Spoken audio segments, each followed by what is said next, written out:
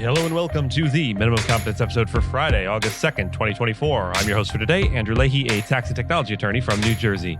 On today's episode, we cover the dismissal of a $4.7 billion verdict against the NFL, FTC's push to investigate rising grocery prices, and the U.S. Senate's approval of a bill to create 66 new federal judgeships. Let's remember, these pretzels are making me thirsty, and read today's legal news.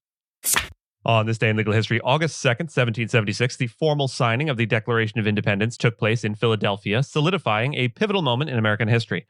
Although the Declaration was approved by the Continental Congress on July 4th, the actual signing by the delegates occurred nearly a month later.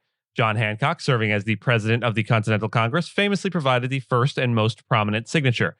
This event marked the official assertion of the 13 American colonies' intention to separate from British rule. The Declaration, primarily authored by Thomas Jefferson, articulated the colonies' grievances against King George III and expressed the fundamental principles of individual liberty and government by consent.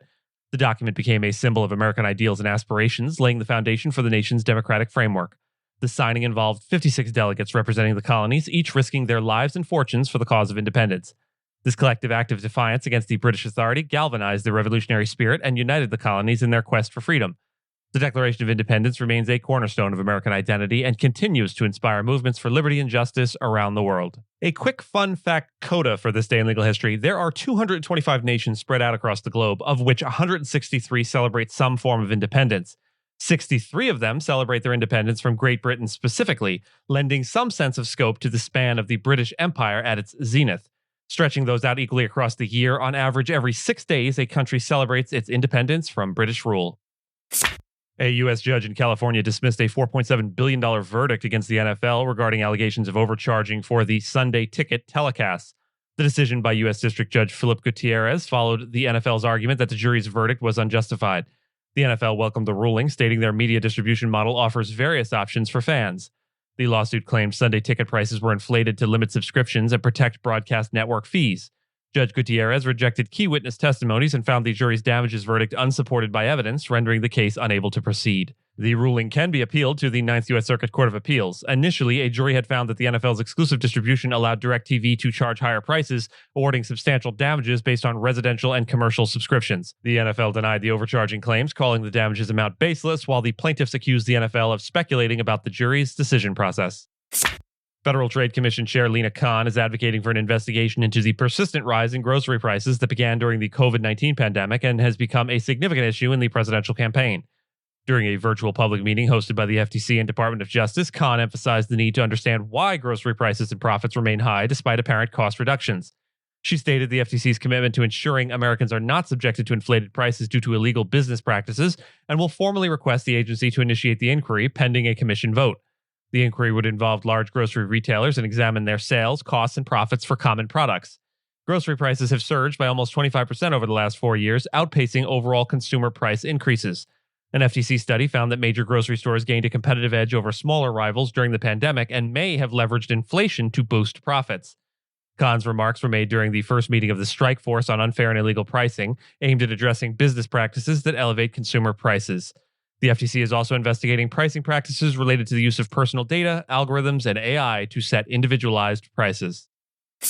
The U.S. Senate unanimously approved a bipartisan proposal to create 66 new judgeships for federal district courts over the next decade, marking the first major judiciary expansion since 1990.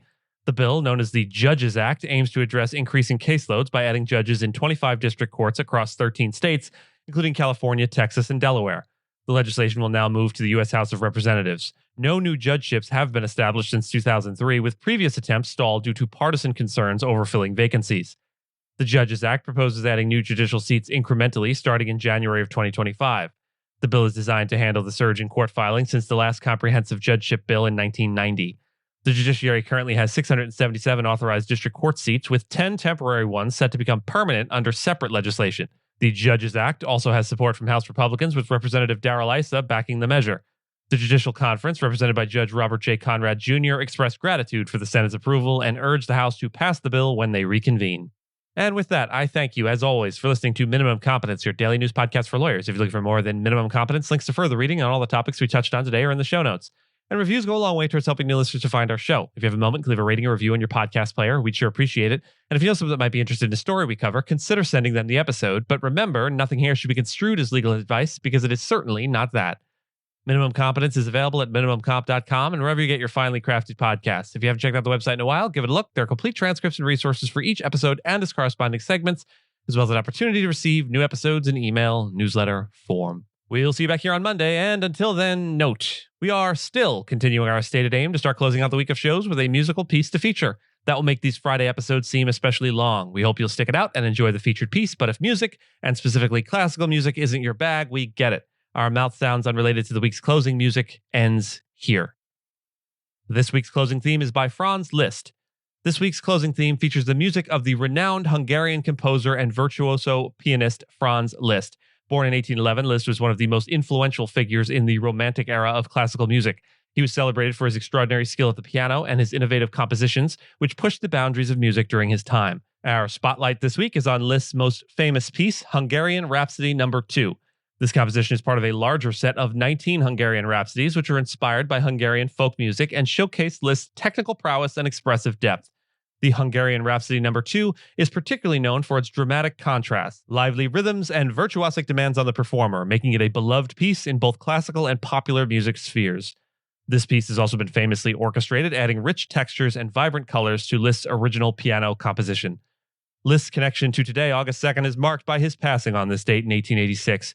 His legacy continues to inspire and captivate audiences around the world. As we close this week, let the spirited and captivating melodies of Hungarian Rhapsody No. 2 transport you to the heart of Liszt's musical genius. Without further ado, Hungarian Rhapsody No. 2 by Franz Liszt. Enjoy.